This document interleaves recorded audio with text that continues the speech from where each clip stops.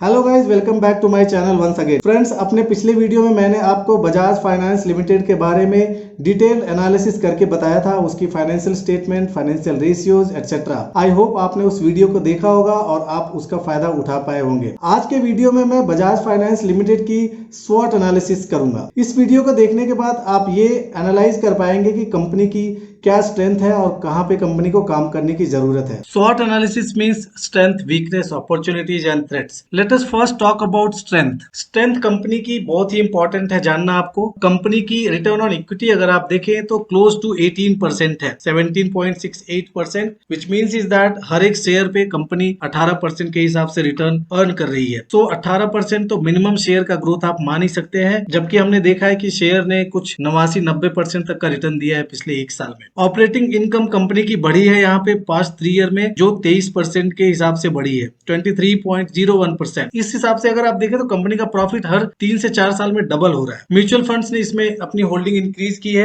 Mutual funds close to 7% पूरी company का hold करते हैं। Consistent highest return stock over 5 years. Nifty 500 में जितने भी स्टॉक है उसमें पिछले 5 साल में सबसे हाईएस्ट रिटर्न देने वाला ये स्टॉक है। Company with zero promoters pledge. यहाँ पे जो कंपनी के प्रमोटर्स है, ओनर्स है, उनका एक भी शेयर जो है किसी भी बैंक या किसी भी लेंडर के पास प्लेज नहीं है, गिरवी नहीं है, सारे शेयर्स फ्री फ्लोट है। Strong cash generating ability from the core business. इनका फोकस कोर बिजनेस पे है, जो एक इन्वेस्टर के पॉइंट ऑफ व्यू से काफी अच्छी बात है। बुक वैल्यू पर share improve for last 2 years. FIIs and FPIs ने अपनी होल्डिंग इसमें इंक्रीज की है। पिछले साल 42 न्यू एफपीआई ने इसमें इन्वेस्ट किया है और टोटल 800 से ज्यादा, 844 अगर मैं रॉन्ग नहीं हूं तो 844 एफआईआई और एफपीआईज ने इसमें अभी अपनी होल्डिंग बनाई हुई है, जो टोटल होल्डिंग का 24%। स्ट्रॉन्ग मोमेंटम, प्राइस में बहुत ही ज्यादा मोमेंटम है अभी। Price above short term, medium term and long term moving average. अगर आपने मेरा पिछला वीडियो पूरा देखा हो, उसमें मैंने बताया है कि स्टॉक अभी हाई पीई पे चल रहा है, अपने 200 सिंपल मूविंग एवरेज से भी ज्यादा। स्ट्रेंथ तो हो गई, कंपनी की वीकनेस भी जान लेते हैं, क्योंकि आपको वीकनेस पता रहेगी तभी आप उसको इरेडिकेट करके उसमें अपनी स्ट्रॉन्ग पॉइंट्स बना पाएंगे। Growing cost year on year for the long term projects. Company ने काफी बड़े बड़े प्रोजेक्ट्स में इन्वेस्ट करके रखा है और इनका जो कैपिटल एक्सपेंडिचर है वो पिछले सालों में बढ़ा है, जो इनके प्रॉफिट पे, इनके मार्जिन पे इंपैक्ट किया है। बट वी होप दैट जब वो प्रोजेक्ट्स कंप्लीट हो जाए अच्छा रिटर्न दे पाएंगे इन्वेस्टर्स को। Inefficient use of share holders fund. Declining past 2 year का है इनका रिटर्न ऑन इक्विटी, हालांकि 18% है इनका लास्ट 2 ईयर्स का, लेकिन उसके पहले और भी अच्छा था। तो पिछले 2 साल काफी अच्छे नहीं गए हैं स्टॉक के पॉइंट ऑफ व्यू से और कंपनी के पॉइंट ऑफ व्यू से भी। रिटर्न ऑन एसेट्स भी लास्ट 2 इयर्स में डिक्लाइन हुआ है। D growth in revenue and profit. अगर सारी चीजें कम हो रही है तो प्रॉफिट एंड रेवेन्यू भी कम हुई है कंपनी की। Decline in net profit with falling profit margin. इनका जो मार्जिन है वो भी कम गया है। अगर हम इसमें फर्स्ट वीकनेस को अगर ध्यान में ले तो जिनका कॉस्ट जो इनका है, ग्रोइंग कॉस्ट है लॉन्ग टर्म प्रोजेक्ट की वजह से, ये इनका एक्सपेंडिचर बढ़ा रहा है। एक्सपेंडिचर बढ़ने की वजह से प्रॉफिट भी गिर रही है। नेक्स्ट पॉइंट है कंपनी विद हाई डेट। हालांकि ये एनबीएफसी है, Bajaj finance non banking finance company, इनका 3.57 के आसपास डेट रेशियो है। सो डेट रेशियो इसको हाई समझा जाएगा।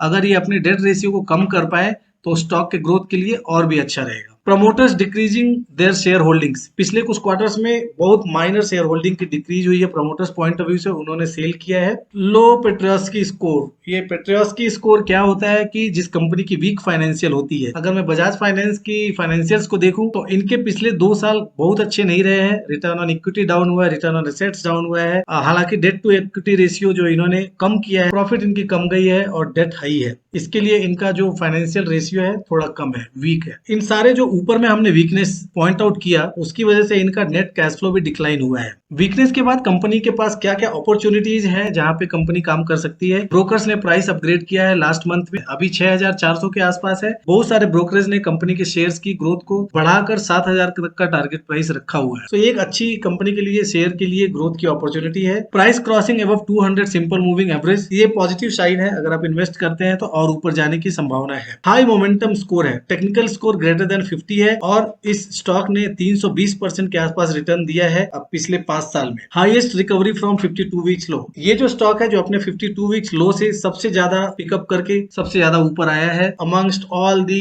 Nifty and BSc Sensex stocks. Relative strength index, ये टेक्निकल स्ट्रेंथ होता है जो इंडिकेट करता है कि शेयर की जो प्राइस है उसमें स्ट्रेंथ है, वो नीचे नहीं जाएगा। Stock near 52 weeks high with a significant significant volume. ये एक ऐसा स्टॉक है जिसमें काफी इन्वेस्टर्स काफी इसमें पैसे लगा रहे हैं। अभी भी शेयर कितना भी ऊपर जा रहा है फिर भी लोग पैसे इसमें लगा रहे हैं, प्राइस ऊपर ही ऊपर जाएगा। और एक लास्ट पॉइंट, कंपनी के शेयर के पास जो अपॉर्चुनिटी है, कोविड सिचुएशन अभी ऑलमोस्ट खत्म होने की कगार पे है। जब जैसे ही कोविड के सिचुएशन में सुधार होगी, इकोनॉमी बूम करेगी, लोग कंज्यूमर ड्यूरेबल प्रोडक्ट्स ज्यादा खरीदेंगे। बजाज फाइनेंस के जो बजाज फिनसर्व या बजाज फाइनेंस के जो ईएमआई ऑप्शंस है उसका लोग फायदा उठाएंगे। ऑटो लोन में भी इंक्रीज होगा, टू व्हीलर थ्री व्हीलर की सेल्स बढ़ेगी तो इनका इनकम बढ़ेगा, जो एक बहुत ही अच्छा अपॉर्चुनिटी है स्टॉक को ग्रो करने में। थ्रेट्स की बात करें तो कंपनी के पास ज्यादा कुछ बड़े थ्रेट्स नहीं है। फ्यू सिक्लिकल थ्रेट्स जो पिछले 2 साल की परफॉर्मेंस के ऊपर में है। Recent brokerage downgrades of target price, कुछ ब्रोकरेज हाउस ने ऐसे हैं जिन्होंने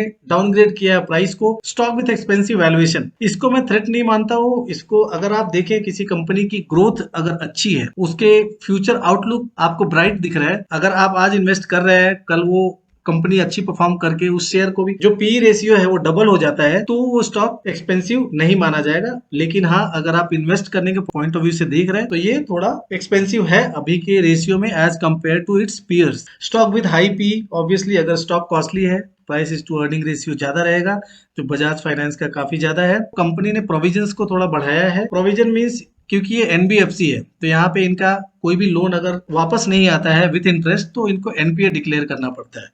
सो यहाँ पे नॉन परफॉर्मिंग एसेट्स इनके थोड़े बड़े हैं और उसके प्रोविजंस इन्होंने बढ़ाए हैं। So this was all about the स्वॉट analysis of Bajaj finance limited. Thank you for watching the video. Do share it with your friends.